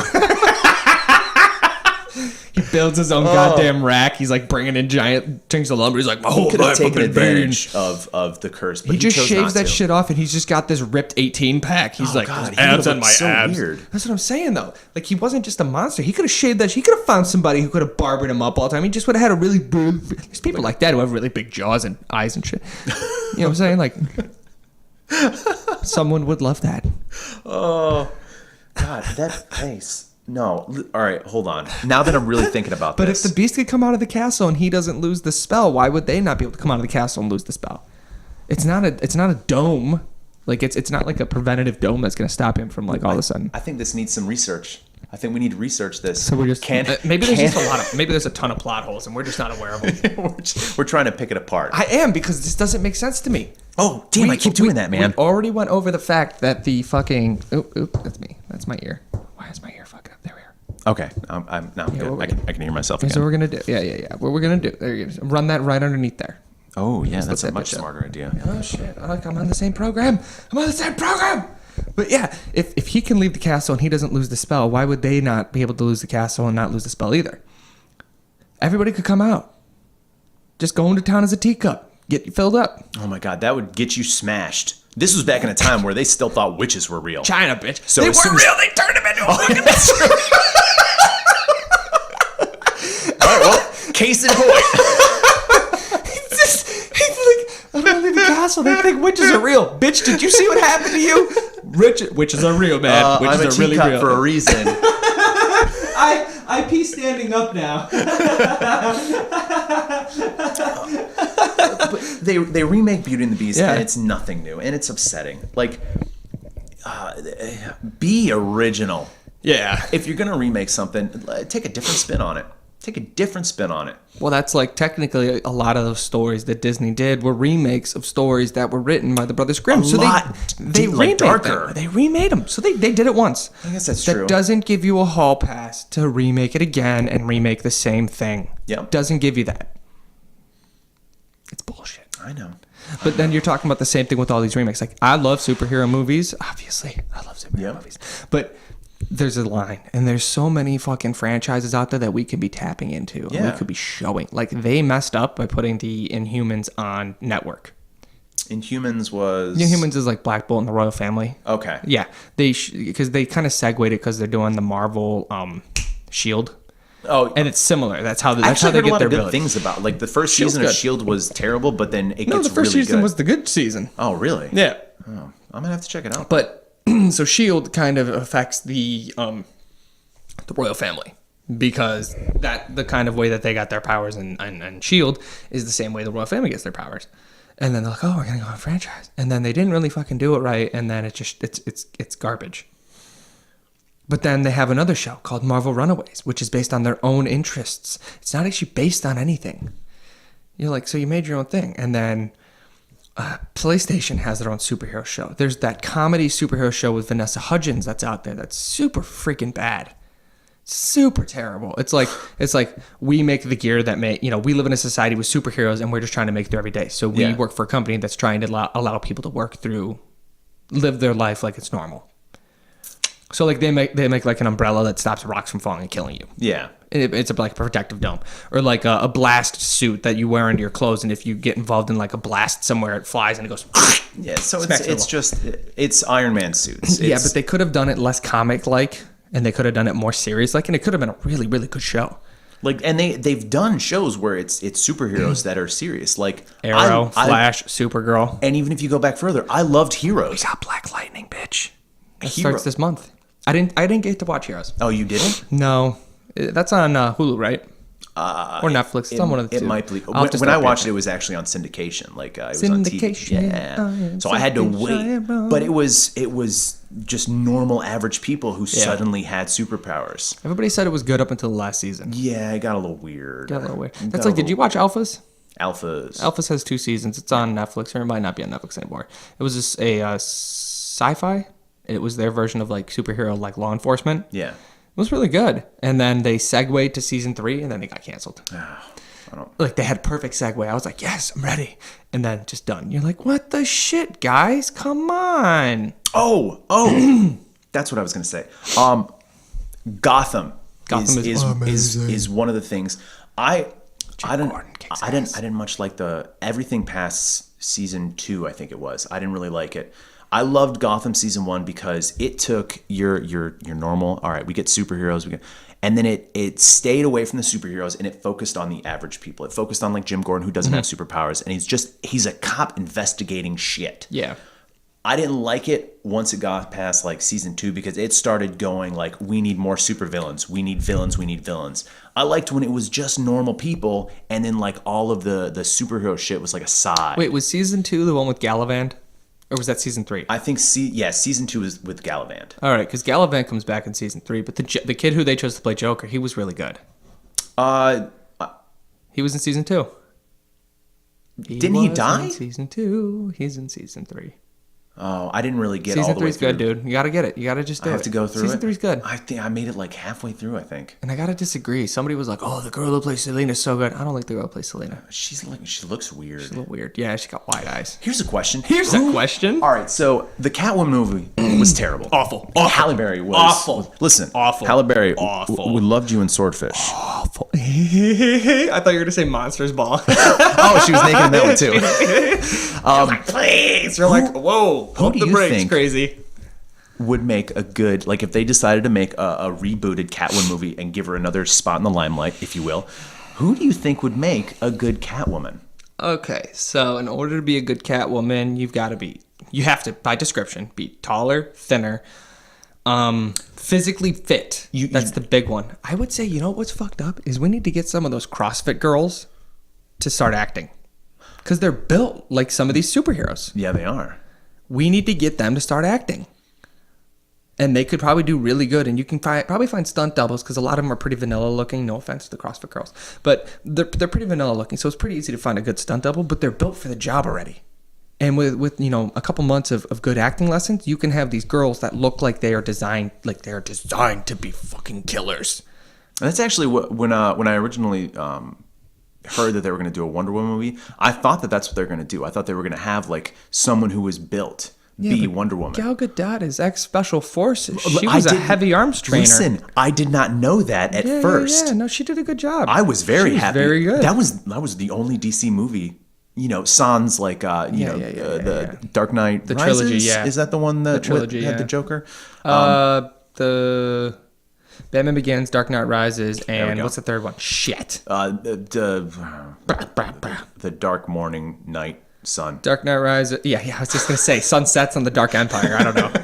The sun never sets on the German Empire. But I actually really enjoyed the Wonder Woman movie. I thought that was great. It was fascinating. I love that whole sequence where she's running down the field. Yes. Like she's like, if you people aren't gonna do anything, I am. Someone was telling me, they're like, but her legs were exposed. It's like, did you see the gauntlets she had on her shins? If the ones on her arms can deflect bullets, I can only guess that the ones on her shins can. But her knees are exposed. Did you see her angle? She was leaning forward. There's no bullets getting through there. Yeah, she's good. She barreled down. She fucks some people up. And then that sequence at the end where they like launch her off the board and she goes to the tower and she goes and she shatters the tower. They're like, well, that's highly unbelievable. She's a superwoman. Super powered, and you're throwing a super powered, dense human being at a pillar, like a tower, and you're expecting the Citadel to stand.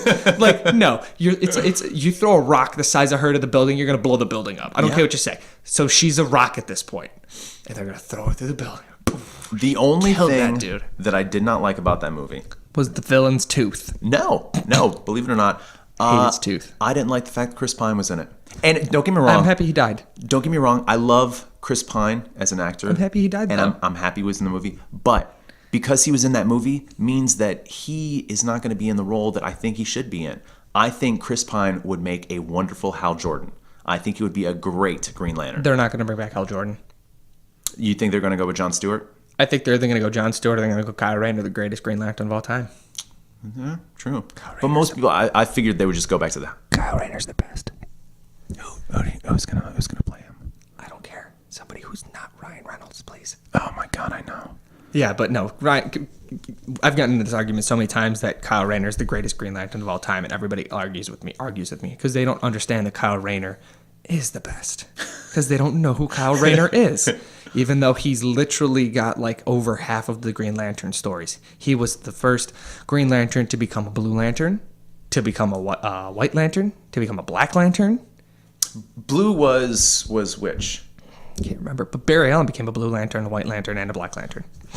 Barry Allen, the Flash? Yeah, he became it with Kyle Rayner. I got the book right behind you. Oh shit! Blackest Night. I did. All right. I hated the movie, but I think Mark Strong's portrayal of Sinestro at the end, it was pretty good. I think it's a little stupid to be giving your startup superhero one of the hardest villains he's going to face in his entire franchise like that. Well, but at least they gave a good actor to him. I think it'd be cool to see Astrocytus. I think that would be cool. Who? Astrocytus. Atrocitus. He was Rage. He's Red Lantern. Oh. Is that the one that went from green to red? No. I know what you're talking about. I don't know what you're talking about. I think he's the one that has the cat, too. The cat. I think he has the cat. The kitty cat. The kitty cat. Not familiar. No. I wasn't a big fan of the Green Lantern storyline. Unless it had to do with Kyle Rayner, I didn't follow much of it. Kyle Rayner's OP, bruh. Yeah, well. There's a reason I got Barry Allen on my arm here, too. If I had space for Kyle Rayner, I'd throw Kyle Rayner on there, too. I actually might. I might tell my girl. I might be like, fit him in there somewhere. Have you seen the... Is the Justice League movie that came out recently, is that worth seeing? Or I haven't seen it yet. Everybody says it's dog shit, but I'm the asshole who watched Batman vs. Superman and made my wife sit through the director's cut. And I enjoyed it, other than the fact the biggest thing that I hated in that whole movie is the sequence where Superman is fighting Batman. Well, okay, it's the other way. Batman is fighting Superman, and Superman goes, Martha! And then Batman's like, our moms, they shared the same name. We're friends now. And you're like... And then Superman just recharges so fast, goes up, clocks up, blah, blah, blah. It's like he got put on one of those speed chargers from Verizon to, like, restore his radiation energy. And you're like, I don't care. This dude just ingested, like, 4 pipes worth of kryptonite. There's no way he's now going to be able to just fly out of the solar system like it's nothing, get up into space, and then absorb some radiation and a speed. Like, he opens up the speed drive so he can absorb it as fast as possible. There has to be a restriction on how much energy Superman can absorb in a given amount of time. This is one of the reasons why I've never really enjoyed Superman. It's like a battery. Batteries only charge it so fast. This dude can't just be like, full. Like, fuck you, dude. They needed to funnel it towards the ending fight sequence. They didn't want to spend too much time. I totally forgot about Jesse Eisenberg. That dude was a scrub. And the fact that they threw Jor-El in the pool and that became Doomsday, kiss my butt. Seriously. That was one of the biggest atrocities I've ever seen in DC film histories. Look who's up here. Look who's right there. You know who that is? That's Doomsday. Oh, I was going to say it was the Balrog. Doomsday is one of the greatest supervillains of all time in any DC storyline ever. Hey, look, Superboy Prime, Black Adam, Supergirl with the black suit over here. I liked playing Black Adam in the Injustice game. Yeah, I didn't get it yet. I want to get it, but it's like $60 now still for the original Injustice and the second Injustice. It's a fun game. I suck at fighter games, but I enjoyed it. Because I like the idea that you can play those different characters, the evolution characters and stuff like that. They just added Hellboy to it as well. Yeah. Are you talking Injustice 1 or Injustice 2? Injustice 2. Okay, 2. I have a 360 still, so my God. Yeah, I know, I'm so old. It's because I don't have money to start like that. Says the guy who bought a $300 camera. This has a purpose. The other this is your if my Xbox isn't broken, I'm not going to buy it. I mean, it's not a bad system. I still have a GameCube. I play Smash Bros. Melee all the time. Oh my God! Listen, GameCube was a great system. Nintendo 64 was a great system. Yeah. I wish there was a way that we could take all of those old systems and combine it down into one called system. Dolphin. Oh wait, it's also called my computer. Dolphin emulator. Yeah. Oh jeez. It's this thing like. I bought this thing to count my steps and like help me like sleep better. Yeah. And like it like sends the text messages to my wrist and it's weird to me. Ooh, that's odd. So now it shakes you while you're doing stuff. Yeah, it's like, hey, listen, by the way, someone is talking to you. I'm gonna disable it at some point, but whatever. It's cool. Stabilizers. I've never really done like a talking thing for more than like 30 minutes. I think the longest one we have is just under 4 hours. Damn! That was an accident. That's so much talking. Usually I try to cap them off around 3. Oh, like even when I was streaming, like when you stream, you basically have to talk the entire time. Yeah. Because people are tuning in to watch you entertain them. Mm-hmm. So like I have to talk constantly. The longest I've ever streamed was like maybe in 2 hours. Yeah. And it's more than I can handle. I've only done 2 interviews so far that were under, other than the pilot, that were under 2 hours. Yeah. Everything else has been almost 3, if not a little more than 3 hours. So like the interview I have right after you, he's probably going to be, I'm hoping I can get at least an hour out of him just because he's got work tonight. Yeah. So he's got to get ready and go to work. So, but yeah, it happens, dude. You start flowing and then you don't stop it. So I always tell everybody, I'm like, you need to clear the schedule just in case, because when you come on here, I don't want you having a bad experience because you overran your time that you needed to a lot. Yeah. I already let Nicole know. I'm like, hey, listen, I'm going to hang out with Kyle. We're gonna do a little computer stuff, and then we're gonna talk for a while. Yeah. I'll be home later. She's like, that's fine. Don't worry about it. What I'll probably do is if you don't want to leave when you're done here, I'll just set up the other mic over here and we'll interview Kyle. You can hang out and get some insight there. Because Kyle's a New York State record holder powerlifter. Oh, that's the guy you were talking about. Okay. Yeah, he's very, very interesting. I was talking to, speaking of powerlifting, like I said, Nicole did a bikini competition, and she has wanted me. We'll grab more cream for the next one. Oh shit! I forgot I had. Oh, I don't really have any more down there. I'll give you the rest of this. She's wanted me for the longest time. She thinks that I should do a bodybuilding competition purely just for the experience. Don't do it. And that's kind of what I was about to say. Is when you started talking about powerlifting and how it's like functional body strength, et cetera, that's You're good. That sounds way more interesting to me than getting up on stage and being judged by some person who's not going to know me, not going to know my progress, not going to know everything I am. They're just going to base me purely on their own bias. Yeah. Because from all my research, always everyone's opinion. Yeah. So, so like Steve at our gym, he took second place. Yeah. No, you're good. There's nothing in it. Don't worry about it. Steve took second place in a competition. He should have taken first. Yeah. Like it was an obvious comparison too. Like you look at him and you're like, oh, this is the first place guy, and he took second place, and they're like, well, he had other balances that you didn't have, and blah blah. You're like, no. I can see right now that Steve has striations in his ass. His lower spine is completely Christmas treed out. His upper traps are popping like a fiend. His lateral delts are nice and clean cut. His quads are massive. And then you look at this other dude, and he's got a little pooch at the bottom of his stomach. He's got a little fat hanging over the back there. It's not as cut down here at the bottom, which is really hard to lean out. His hamstrings are wet, really, really, really wet. And like his glutes aren't striated. They just look really soft. And it's like, this isn't even competition. Yeah. The one guy looks like he's still probably like 3-4 weeks out. The other guy looks like he's been ready for a month. Like, there's no comparison here. They are very different animals, and you gave the first place to the guy that shouldn't have gotten first place because you guys know who he is. And that's I don't want to subject myself to that. Yeah. So I don't want to subject myself to the time to diet. So like for my wedding, I started dieting because I know how to diet. I'm about to diet for a month just to tighten up a little bit, just because I got fat on purpose and then I got injured. And usually I'll bulk really long to try and put on as much mass as possible. But I wasted the end of December and all of January so far getting extra strength. Yeah. So I peaked out. It's like, fuck, I'm not going to cut all the way down just to, have to bulk back up again. I'm just going to go down to a comfortable weight where I have abs back, and I'm just going to hang out. So I'm going to do 28 days of keto. Done. And I know how to do it. But I did the diet for the wedding, and I had to fit into a specific vest. The only way to fit in that specific vest was if I cut down below 200 pounds because I had already done the measurements. I was like, about here, I'll be there. Yeah. So I started dieting in January. I was able to fit barely into the vest by, I think it was the end of May. So I went from about 245 pounds. I hit 199. I was going to say somewhere, probably early June. So I had June, July, and August to maintain that weight. I ended up getting down to like 186 for the wedding. So in that time, I only lost 13 pounds, and I dieted my ass off. But you also probably dieted in a healthy way. A lot of these kids... I didn't know that I was doing keto potentially. So I was like I felt like sick a lot of times, just because when you do keto, you need potassium, you need sodium, and you need lots and lots of fats. But I looked in the photos, and I was like, oh, you look sick, you look slow, you look this. And I looked in the photos like, motherfucker, I look good. Like, what are you talking about? Like, my abs are they're so thick.